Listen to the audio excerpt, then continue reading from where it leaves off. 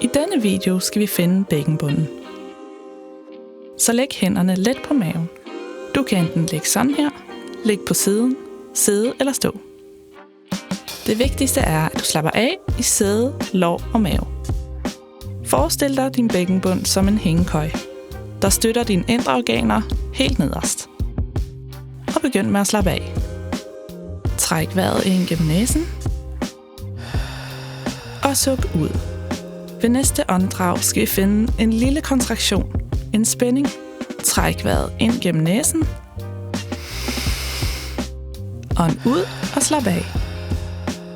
Sæde, ryg og mave slapper af.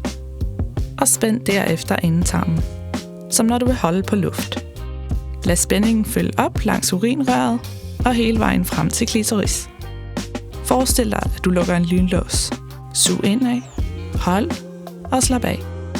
Træk vejret ind og pust ud.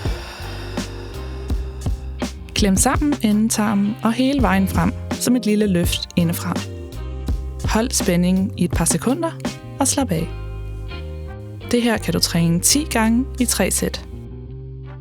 I starten af hver dag og derefter et par gange om ugen.